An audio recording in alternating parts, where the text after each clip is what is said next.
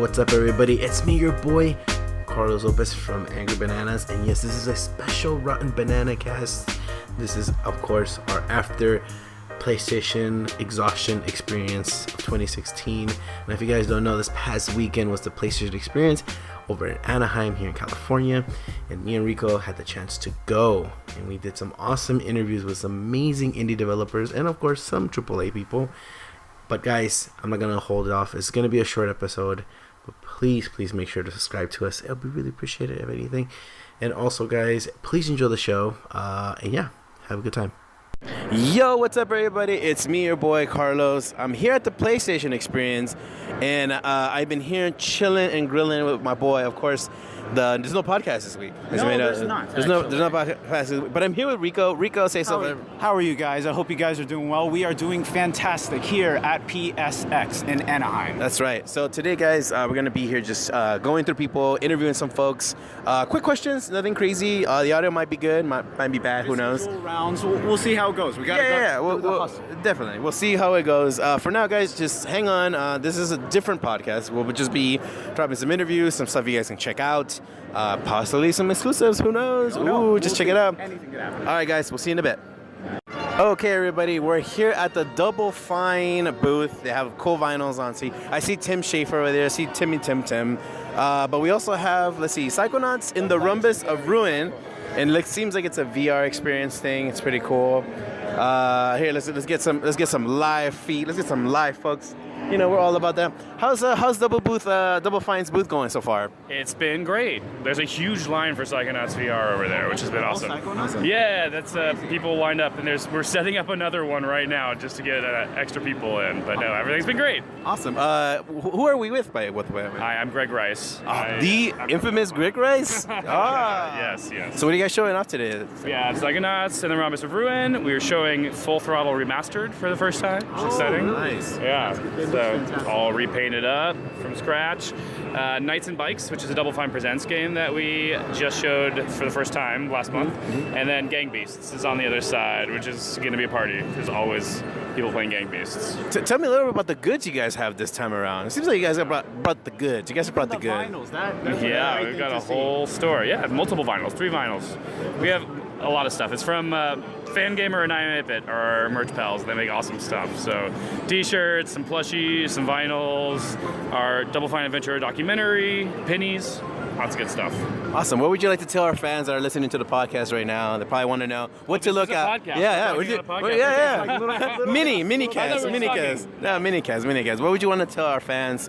What should they expect for Double Fine coming 2017? Oh man, we got lots of good stuff. Lots of stuff early in the year too, so there'll be multiple releases. All this stuff actually. Psychonauts VR, Gang Beasts, Nog, all coming out early next year. Lots of fun stuff. Lots of different stuff too. My question is, do we have any release dates for Full Throttle, maybe Psychonauts 2 yet? Or? They're both early part of 2017. And we don't have dates. Dates are hard.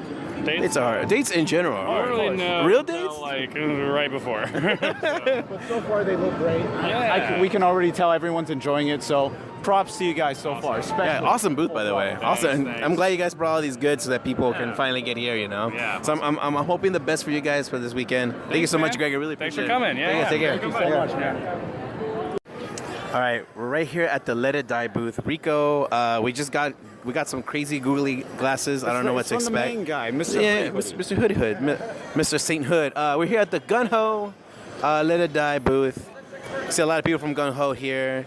We got some girl dressed up very. It's pretty gorgeous. Actually, it's Jessica Nigri. Is it Jessica Nigri? It is Jessica Nigri. We got Jessica Nigri. Of course, Suda51's a big fan of Jessica Nigri, so no doubt about it. So it's cool. We're listening to some very anime-ish, very music, so it sounds pretty cool. And to make you guys feel bad too, I have not played any Suda51 games either, so. Really, Rico? You never did? No. Like, ever played a Suda51 game? I have, what is it called? What's the one on the PS3? I don't know. But there was one on the PS3. Killer Be Dead? That one? There we go. Oh. I think it was that one. Yeah. It's okay, Rico. I'm sorry. It's all right. You're like a child in a candy store right now. There's plenty to do, so little time. Lines was horrendous outside, by the way. Yeah, I mean, the line for this is horrendous too, but we'll get through it. I got lucky because I was here at 8, Yeah. and I came in, got my badge, But we had to wait until like 11:30 to even get let in. That's even worse. That's so bad. I'm sorry. But hopefully we get to check the game out right now. I think so. so. We're still waiting to get. So we're at the end of the line, I guess. We're waiting to. I think they're pushing people 10 to 10. We're hearing that crazy metal music. Oh, it's actually I know this band. It's supported. Oh, really? Oh, see, there you go. I actually want to see them live. Oh my God. All right, there you go. Rico knows what's up. I don't know anything about metal music, but Rico is. All right. So guys, we're gonna let you guys go for a little bit, and then we're gonna come back and let you know what we think about Let It Die. We'll give you our first impressions. Unless we die. So Unless we die. I'm sorry. Then yeah. So after that, then we out. So catch you guys in a bit. Hey, what's up, everybody? It's me, Carlos. We're back. We're here at a special booth close to my heart. I recently did some amazing purchases. I bought 2 of each. The Shantae games that recently came out. A little crazy, but we're here at the Limited Run Games booth here at the Sony PlayStation Experience. I am here with the co-founder, Douglas. How's it going? Hey, it's good. Thanks for having me. So Douglas, tell us what you guys are showing off here today on this amazing booth that you guys have, and kind of explain what you guys do as well. Okay, today we're here at PSX. We're showing off an exclusive cover variant for Stranger's Wrath on Vita. It's only available here. We might only have, I think, 50 to 100 copies on the store. The majority of them is PSX only. Basically what we do is we take previously digital-only games and release them physical. So we work with developers so that they can preserve their games throughout history, as opposed to having the chance of being delisted or the store shutting down. Awesome. Well, by the way, just to give you props, I bought 2 of the Shantaes recently. I bought 2 of each copy because I love Shantae. So thank you so much for doing that. And I think the gaming community really appreciates that too as well. Especially the retro community, because I do talk with a lot of retro collectors. They're going ballistic over a lot of what's going on, especially with the indie titles, loving physical copies and everything. They're just going ecstatic over it for sure.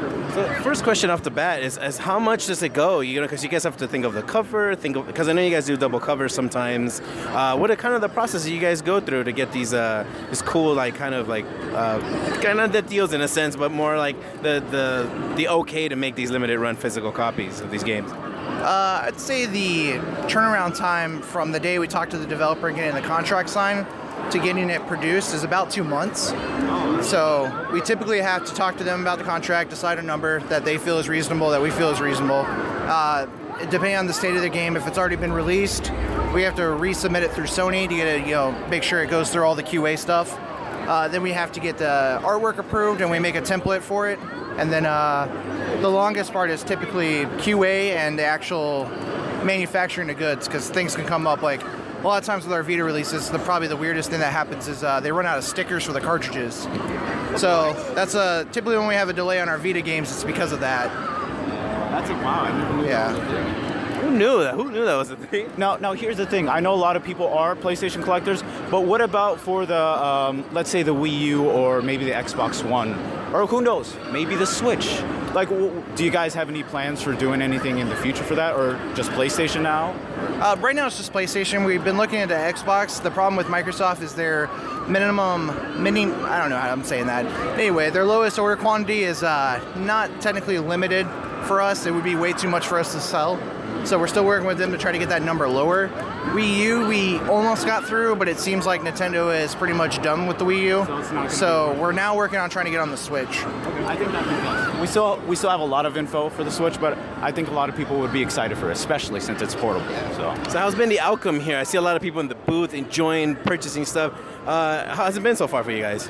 It's been really good. We've sold a lot of games, met a lot of people, a lot of things coming down the pipeline. At this point, we already have, I think, like 50 titles coming out next year, or at least signed. I don't know about all next year, but there's going to be a lot more now that I'm here talking to more people.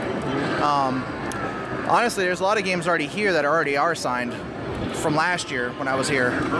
I gotta say the experience here is a lot better than last time. Last time I came here with just Breach and Clear. That was the only game we had come out, and basically I had to pitch to developers that I'm not a fraud and that this is a real thing, and I didn't just make this myself. Like, this is a real Sony product and I can do it for you.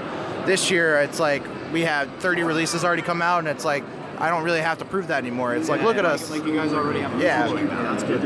It has been the following. I've noticed your fans have been increasing every time you guys come up with a new limited. Some people are finding out about you guys. Barely, I just found out about you guys maybe about 4 months ago, and yeah, he told me about it, and I fell in love since with it, the idea and the concept of it. But how are fans taking the new releases? Are you guys listening to what they want in the future, or are you... Yeah, the original goal was Josh and I looked at games that we wanted. Eventually, that list ran out, so then we started looking at games that our fans wanted. We're always taking suggestions. There might even be a game that I want that I didn't know I wanted yet. Okay. And in terms of like our growth, we've definitely expanded. Like we were just in Game Informer a few months ago. Congratulations, by the way. Yeah, thank you. We were on IGN, Polygon. They just finally covered us because of My Life in Gaming too. That's how I saw like the huge big documentary. Yeah, My Life in Gaming video was probably my favorite video ever done. So we're getting much more notice. We're getting in a lot more platforms that I could never get a hold of back in the day. That Firewatch news especially kind of made us expand a lot. By the way, I'm actually looking forward to that one. That was like my favorite game this past year. I told you about that. You went. Yeah, I went crazy over that one. So, There's going to be something special in that box that we haven't done before. oh Is man, there any little thing you could tell us? Maybe? I can't tell you. It's going to be in the box. It's going to be something neat that we haven't done. okay, cool. So we'll look forward to that for sure. Awesome. So, what can you tell our listeners that are listening to the podcast right now? What can they expect next year? Any new plans? Anything like that? Next year they can expect, we got a lot of Japanese releases coming. Oh, okay. A lot of our stuff that we signed should start launching next year. There's probably like 5 or 6 Japanese games we have signed now, and every time we sign a Japanese game, another developer contacts us. So That's fantastic. yeah. How can our fans follow you and everything? Just plug in all your social stuff, dude. Okay, our website's limitedrungames.com. You can go there and sign up for our newsletter. That's the best way to get up-to-date information if you're not big on social media. Yes, actually, yes. Do the newsletter. That's so important. And then our social media-wise, we're always on Twitter. You can follow us at Limited Run Games at Limited Run Games. You can follow me at Limited Run Doug. You can follow my other co-founder at Limited Run Josh. And then we have our own forums, and then we're pretty active on every other forum too. I didn't know you guys. Yeah. That's so cool. But there you go, guys. Make sure to check out Limited Run Games. Go and buy everything. I'm not even kidding. Go buy everything if you guys get the chance. And if you're here at PSX, hopefully you picked up something. Take home. It's super cool. Thank you so much for your time, man. We really appreciate it. We appreciate the time. Thank you so much. All right, guys. We'll see you in a bit. Hey, what's up, everybody? It's me, Carlos, here at the Sony Experience with Rico. We out here. The one thing that came out, and you guys should know, our fans should know, years ago, I said, You said this. I said, Windjammers is gonna come out sometime. I don't know, either the Xbox 360 or the PS4. And today, here at the Sony Experience, It's here. It's here. It's here. It Not only happened. that, it's in HD. It's got a CRT. But not only, Holy crap! but this man. game itself, though. First of all, I want to say, it takes a team to bring this game alive and to bring it out from the ground up. And I'm here with the producer, Christian. a great one for you. Yeah, Christian, tell us why Windjammers? Why is it so important now? Hi everyone. Well, basically, at the company we're all huge fan of Windjammers, and so when we worked on our Neo Geo emulator, we was always dreaming about what if we would be able to port Windjammers. So we contact everyone, try to make everything moves, and there it is. It's coming back. So what did you guys add new to Windjammers now that it's gonna be on the Sony Online, right? The Yes, store. exactly. And what's been changed from the previous iterations to this new? Well, it's not really a new one, but it's you guys. I noticed that you guys had the CRT kind of design on it. But what else have you guys added on to? Several graphical options, so like the CRT filter. There is also new HD menus, and the biggest part of it is the online multiplayer with ranked system, allowing you to climb up and to different leagues. Oh, so there's a ranking system in this and Yes. stuff. Wow, that's really crazy. And also some leaderboards for the solo arcade mode and trophy system. That's even better. Now, can it also be 2-on-2? 2-on-2, no, it's Just 1-on-1 online? basically it's the same game than before. Okay. We add all the Sony features to the game, but Okay, cool. Now, when can we expect this game to drop? it's coming early next year. Awesome. And I noticed that you guys have another game over here as well. What's the other game? Wonder Boy, Dragon's Trap. Yes, awesome. That's another game that we've been checking out as well. Keeping an eye out for it. Now, tell us why everybody needs to download Windjammers when it's out on the PlayStation Store. You gotta pitch it to them. Basically, it's the better Neo Geo games and the sports fighting game ever made. So It is. I agree with you, Christian. So much. Nothing like it either on the market. Not that I know of. Not that I know of either. This is the game. This is the game. the game seems to be really easy, and in fact, it's kind of hard to master and. You know, and I totally agree. That's I think why I like Windjammer. It's so simple. It keeps like the ping. It's like ping pong. You know, it's so simple. When I was playing it, it took me a bit, but you know what? We just kept going, and it was great competition. It's fun. Christian, thank you. First of all, I want to thank you as a fan first, before anything.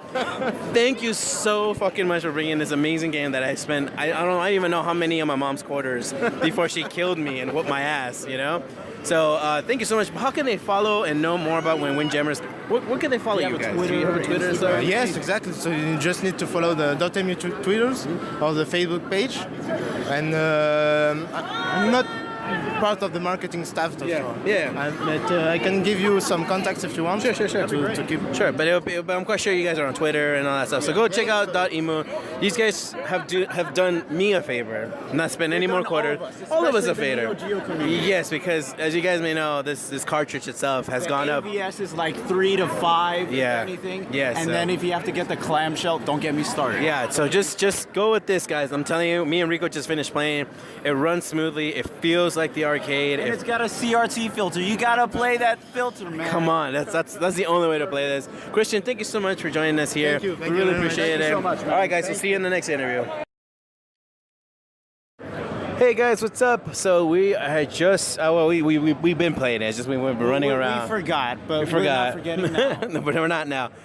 So we just got done. A couple hours ago, we finished playing Let It Die. The Suda 51 game with Gun Ho.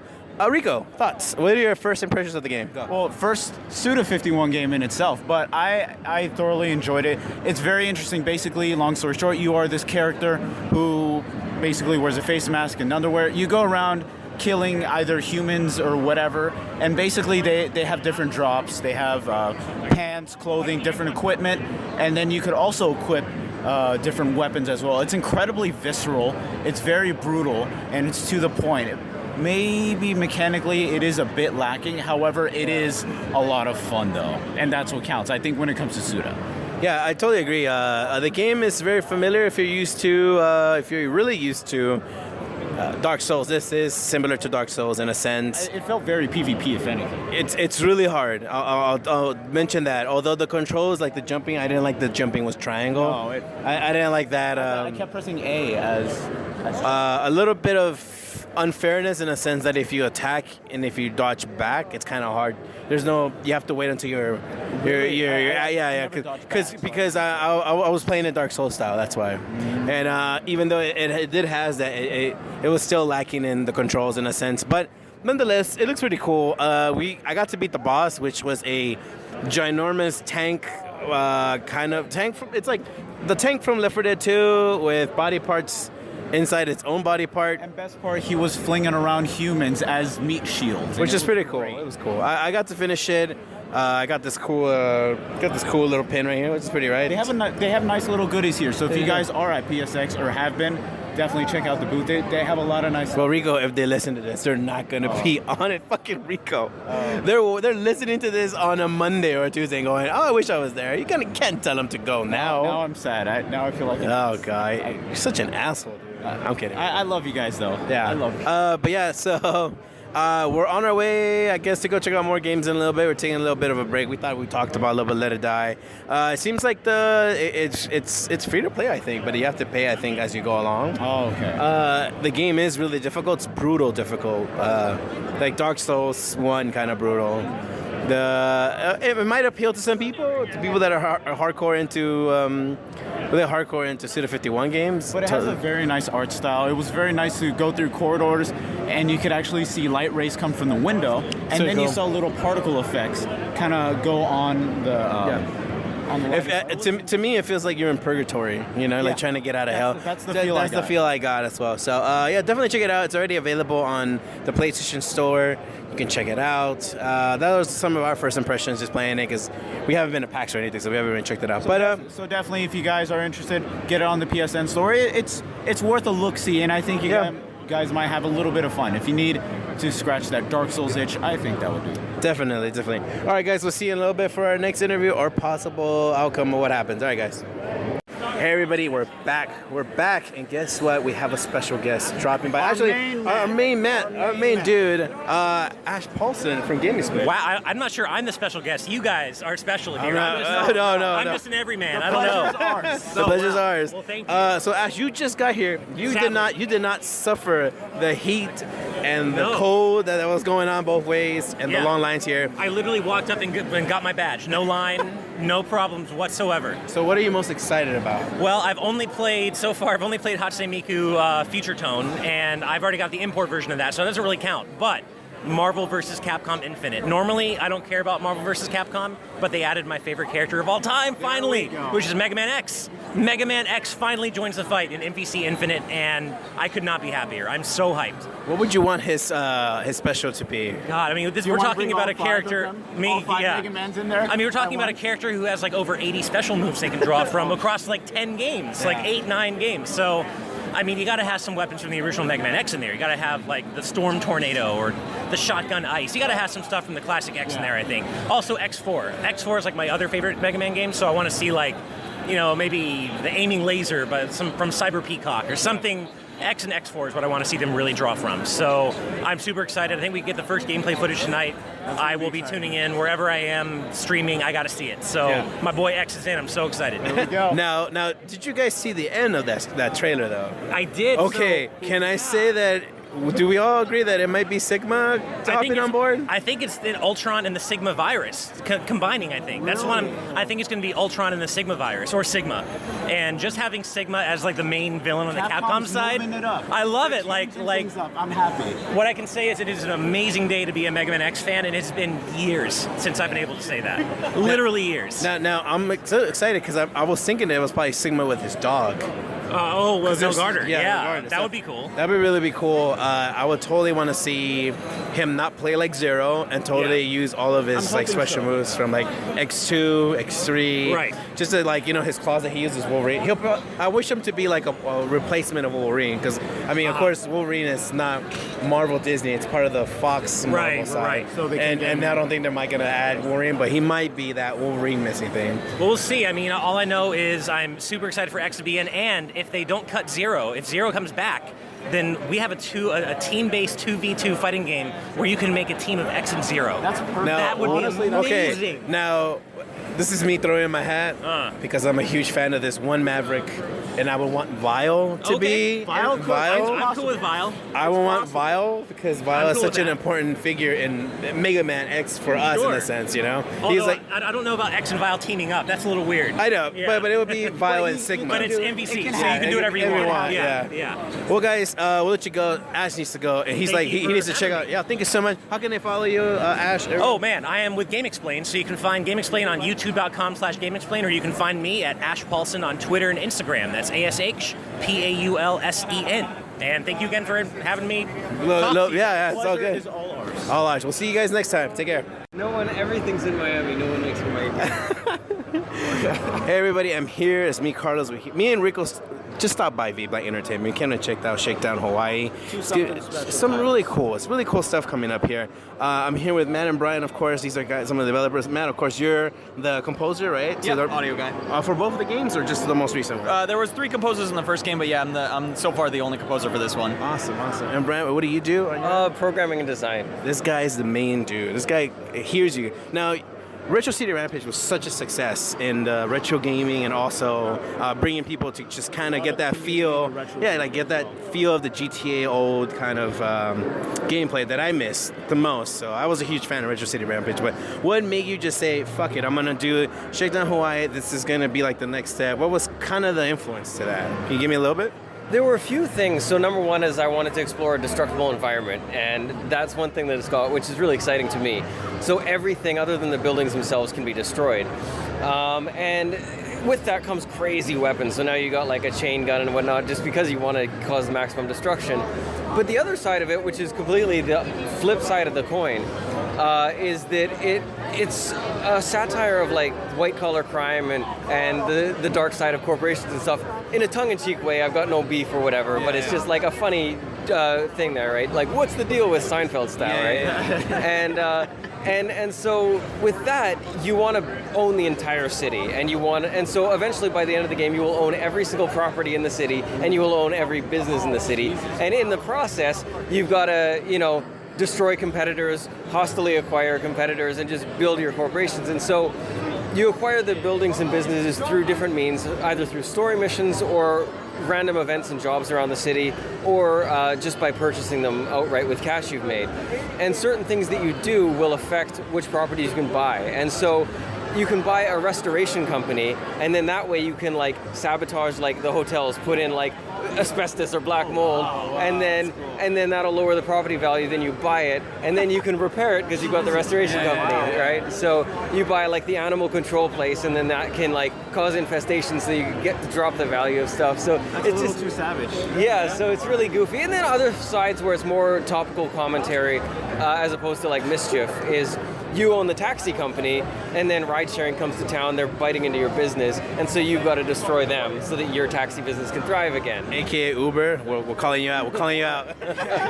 Ride sharing. Right, share.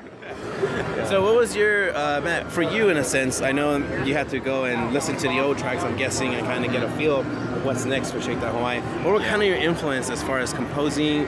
Did you watch any Magnum P.I.? Any cool, like, Hawaiian 5-0? I think you nailed it. Yeah, it was. I'm already forgetting Crockett's theme. What show am I forgetting? John Hammer. Jan Hammer. Okay, yeah, that's exactly. That was a big. Thank you for that. Influence. Yeah. But yeah, it's kind of like, how do you marry that with retro consoles? And since this isn't necessarily like, Retro City Rampage was 8-bit, and it was very easy to be like, let's make it like the Nintendo's music was. Whereas this isn't really a console. This isn't like 8-bit again. So this is kind of like marrying all the stuff I know from retro music with sort of retro Crockett's theme, Jan Hammer's style. So it's gonna be kind of all over the place, but it's like synthwave meets Super Nintendo, Sega Genesis, and Nintendo. That's pretty sweet. Now I can recommend you guys something. So this is totally off topic, but you guys should watch Hot Acapulco. I know you guys ever heard of that 80s show. No. It's called Hot Acapulco. It's the dumbest. Like, it has only like a season in it. I'm in already. It is chicks with guns, with like the main guy being some like hotel like pimp, I guess. It took place in the night, so just check it out, Hot Acapulco. Get some good music. Got all those crazy riffs every so often. Yeah, no, you gotta have those riffs. Like Lethal Weapon, just saxophone and guitar. Let's go. Just everything. Now, Brian, when it came to the weapons, what did you change this time around? I know everybody liked the previous weapons. Yeah. Are you bringing some of them back to this new version? So a lot of them are back, and then I've got some new ones like a spread shot and sticky bombs. But I pared it down a bit because there were a lot of weapons, like you've got the baton, the baseball bat, the shovel, the guitar, and the sword, and all of these things were very similar. Mm-hmm. And so basically I tried to pare it down to be like each very unique. Yeah. And there may be a spot where I'll add more back in, but I really just wanted to keep the core there. Yeah.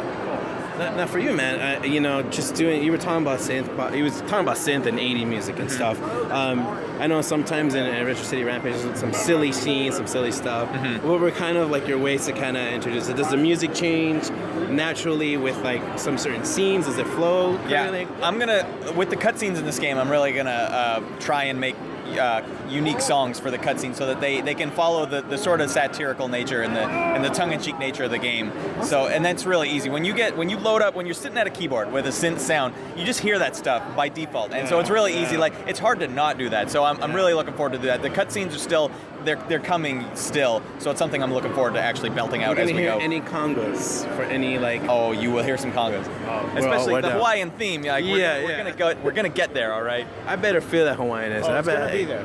We better feel. We'll get it. Definitely. Well, guys, thank you so much for your time. How can people else find out more about Shakedown Hawaii? vblank.com or just Google Shakedown Hawaii or Retro City Rampage and you'll find it. Also Retro CR on Twitter and Retro City Rampage on Facebook. What would you tell the fans why they should play Shakedown Hawaii? Why they need to check this out? Shake everyone down. Yes, we gotta know. They gotta know. You gotta sell it. We gotta know. Right now, right? I'm gonna put the mic to you. You gotta sell it. the top-down open world game, but now with tighter controls, beautiful, beautiful hand-drawn animation in pixel art form, Neo Geo style, and a completely destructible environment, and the freedom to do story missions, arcade challenges, random events, anything you want. You can swim and shoot people from the water. You can do drive-bys with every weapon, including flamethrower drive-bys. Which, I mean, all I should have said was flamethrower drive-bys. He sold me at Neo Geo, though. I will tell you that. Thank you so much, guys. Guys, I really appreciate your time. I wish you the best of luck coming next year. Thank you, Matt. Thank you, Matt. Thank you, Brian, guys. Thank you. Thank you so much. Hey, what's up, guys? It's me, Carlos. We had just came back from playing three things. We just finished playing Street Fighter V's new With the edition Kuma with the this time. Kuma. I like to call him Sonic Kuma because it looks like Sonic. He looks like Knuckles. It's super. He got the echidna look. Don't say that. He has Don't- the knuckles. Don't He does, degrade he a does. Kuma like that. But yeah, we just finished playing. My thoughts on it: he seems pretty cool, low on health for sure. He is probably gonna be the lowest health. Beefcake though. Holy crap! He is. Got counter He moves. is. He does have some pretty cool He's counter got moves. good combos now. He's got new combos for sure. It does. So his helicopter kick on high goes. Tatsumaki goes from regular to an overhead kick, which you can use to. It's unblockable, by the way. It's so unblockable. You can't block really? it. It's unblockable. And then his overhead, he has an overhead move. A couple stuff in it. I find it really fun to play with him now. He seems really fun. He's a little more refined than. I'm not the best person for Street Fighter stuff. I just know that he's just really fun. I can see him be another OP character with low health, like always. That's how But Akuma from always our is. experience, like you know who Akumo is. He's a beefy boy with low health, but he does True. have new combos. He has new power. Yeah. He's got a new great skin, and the skin I tried as well. He kind of has like parts he's of his broken. body Yeah, was voided, Yeah, so which was I'm guessing- interesting. So I noticed on the default, it looks like it said skin. Actually, it said story. So I'm guessing so- this is part of the story in Street Fighter V. I'm guessing it's with Dark Ryu. or- Dark Rico. Wrong game. Wrong game. Oops. Although we played that, and then we went to play Lego Worlds, which is like Minecraft. It's pretty cool. I see it becoming something really good with kids for sure.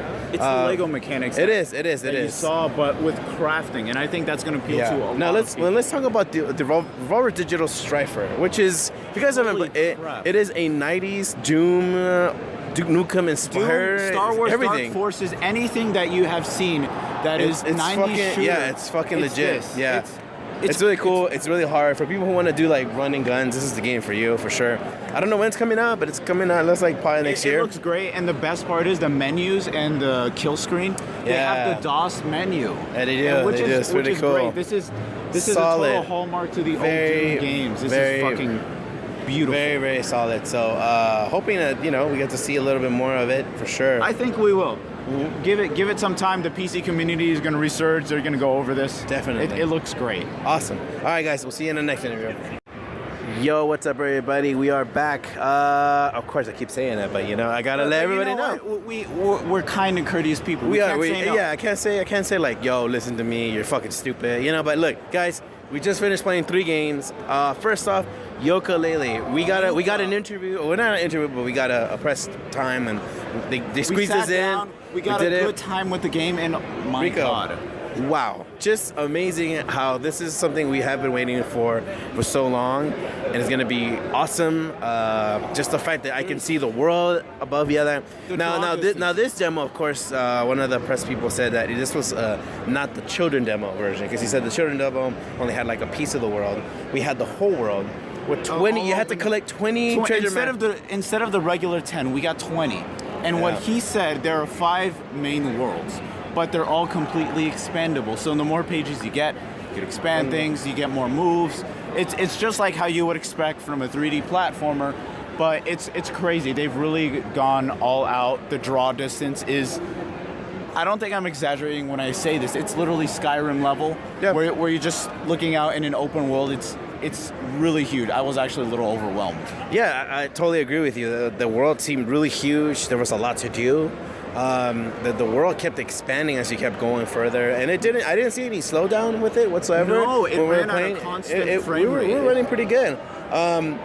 Definitely a game I'm glad I kickstarted, and this is not to do because the fact we kickstarted, but we actually got to play. Rico got to play, and I was just behind watching him play, and it looked really cool. I'm very surprised. Similar moves to Banjo-Kazooie for sure. Everything. So it's really cool. Yeah, totally worth it. The next game we played was Disc Jam, which is a 3D version of Windjammers, which is a 3D version of Windjammers. It was really cool. It was a lot harder. It was a lot that harder. transition. Yeah, it was a transition for third-person perspective. Just imagine. I think the best comparison to say when you're playing a 2D fighter, you're going from one screen to another. But when you're playing a 3D, you're going to another plane. It's the same thing with disc jammers. Instead of 2D, you're throwing the disc. 3D, you have another layer of depth, so it makes it a little more difficult. Definitely. Yeah, but so it looks good. Something we'll check out. They're here in LA as well, which is kind of cool. I think so. We might get them to come down for a game night. That'd be kind of cool. I think it'd be good. Awesome. And the next final game, I'm trying to remember what the final. I think it was like a King of Fighters. It was something deviated from King of Fighters. God, it was. Blood of the Wolf. There you go. It's called Blood of the Wolf. It's a SNK game that just came out today. It just released today here on PSN. It's on PSN. It's on the PSN store. Sorry, I can't even talk. It's available on Vita and the PS4. So something you guys should really check it out. The best part though, it is a port, but it seems like they're very faithful with it. It also has a CRT filter. I've noticed a lot of the games here that's something have that's, a CRT filter. Yes. That's scary. Something that we and Rico had noticed, which that all these games that are being ported from the arcade or from whatever you come out, mostly Neo Geo, all have the filter, which is fucking awesome. It makes things a lot. It feels, especially for me. I'm a huge retro gamer, so that's perfect. We'll go on to play some more games, and we'll come back with some more, I guess, feedback. We got more juicy goodness for you guys. Yeah, we're only like halfway done. We're almost there. All right, guys. See you in a bit.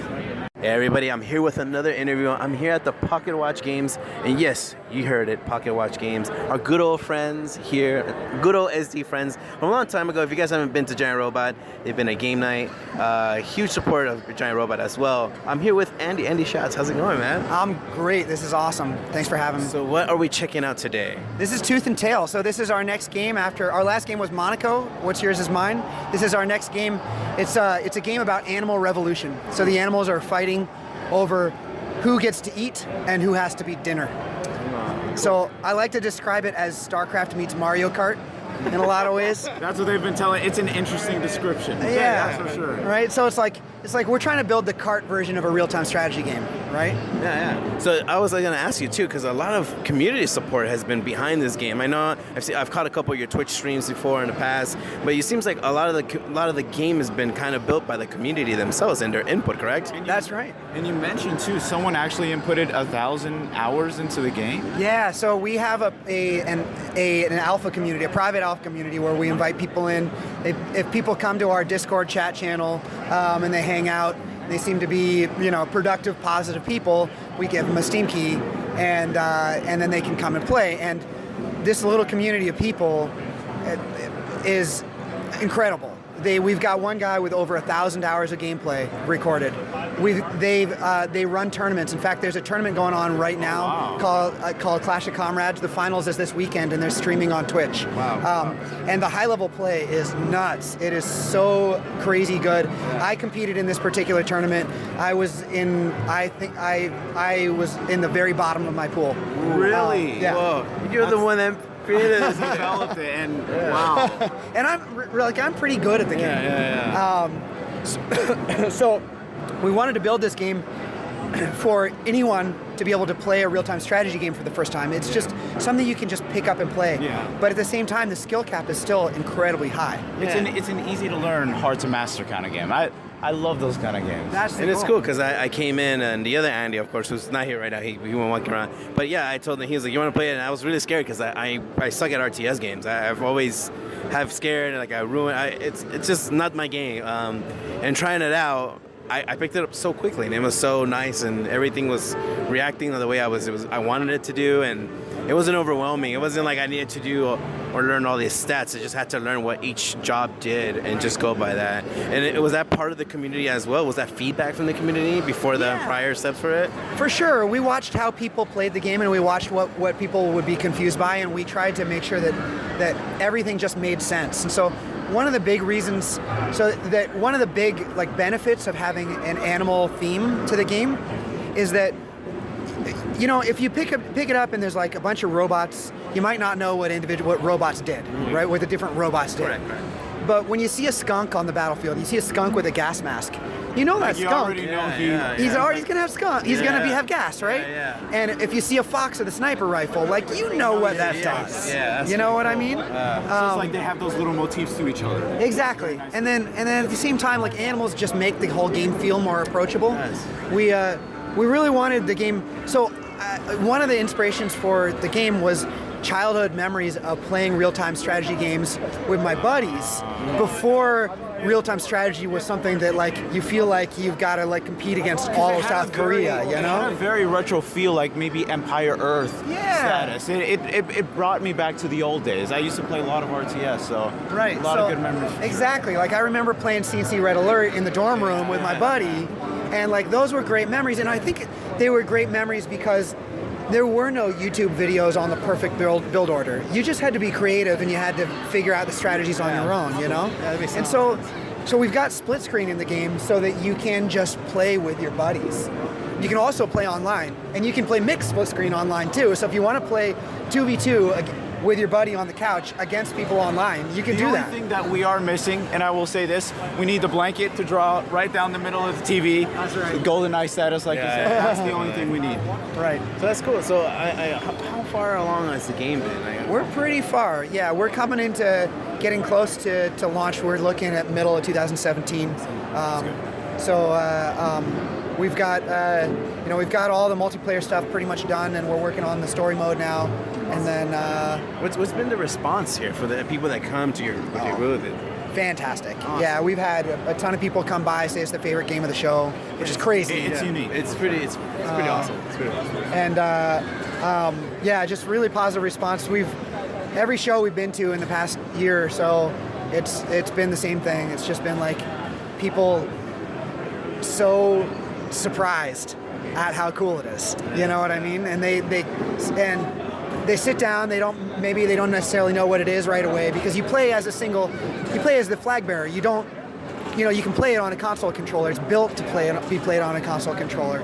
It's not just like a PC RTS with go move around and everything. Exactly. So in a lot of ways, when you first look at it, it looks like a MOBA or like an RPG, and because you're just moving around your flag bearer. Yeah. And you just use the two triggers in order to order your army around.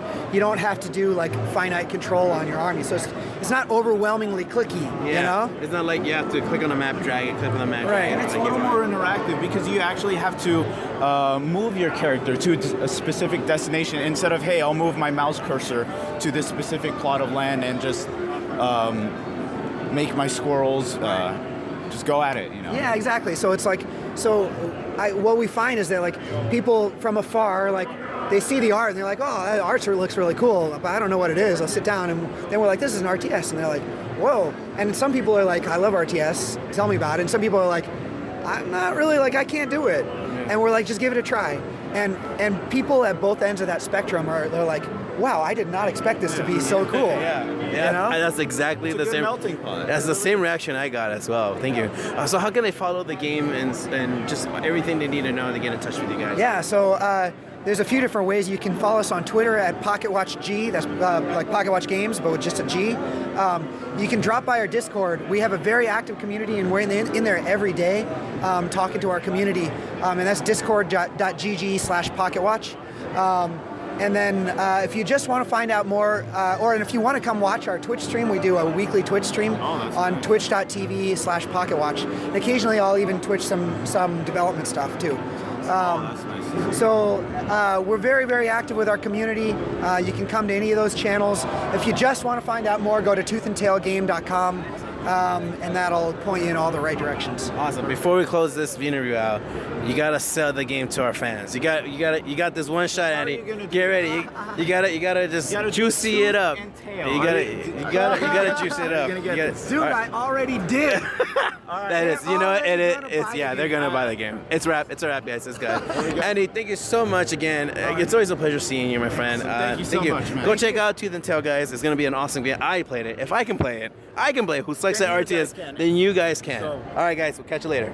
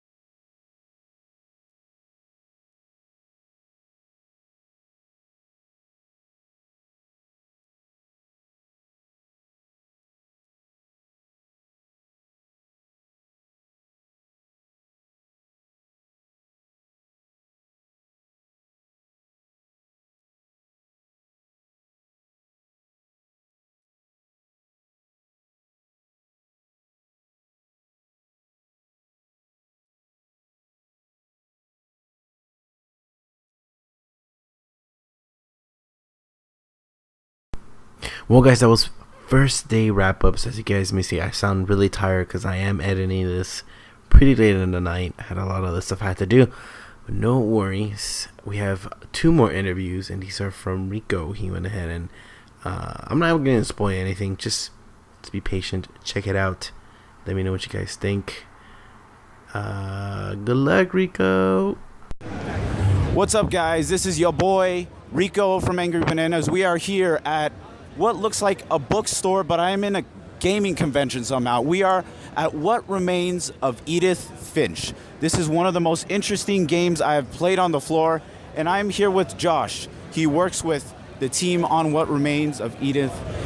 What can you tell us about the game? This is crazy, honestly. I don't know what to put what I've said into words, basically, about this game. Yeah, well, this is a first-person exploration adventure game where you play as a 17-year-old girl, Edith Finch, who is returning to her ancestral family home to figure out what the Finch curse is and how her family has all met their end in dubious circumstances. So how many family members we got in the ancestry so far? That's a secret. Really? Yes. You're not, no hints or anything like that? No hints, but there are, we have at least 4 generations of Finches represented. Okay. So wow. So you can say that's at least 4. But so is this spanning like maybe about from 100 years from the early 1900s to modern times? Yes. Yeah. Absolutely. Okay. Yeah. And it's set in the Pacific Northwest, where Edith's great grandparents came over to this country. Yeah. Okay. So my question is, why would you make something so human? Because when I was playing this game, I was like, I'm still kind of trembling because I've never felt a game that has such depth and just narrative, just as detailed as this. So why something so human? Well, that's nice of you to say. Why is something so human? That's an interesting question. I think there's a lot of games. The majority of games nowadays don't treat death seriously, and so we wanted to explore what it is like to be human and to live and to die and to have a family and try to figure out where you come from and who you are in the video game format. So it's an interactive story where you hopefully will identify with Edith and take that journey with her and discover something about yourself along the way. And it's incredibly interactive. That's what I love. Is there anything that's similar from this game to your other games that you've made, or is this totally new idea?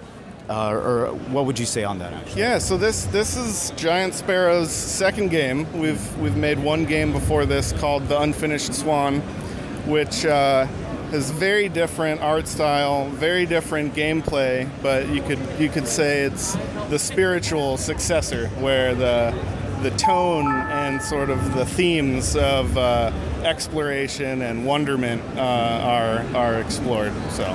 Perfect. Honestly, I'm very excited. But the question we all got, when is this game going to drop? Spring 2017. It's literally around the corner. Is this going to be on PSN, Steam, or? It will be on both of those. Perfect. I'm honestly very hyped. I can't wait to see more of this. And even the little drawings.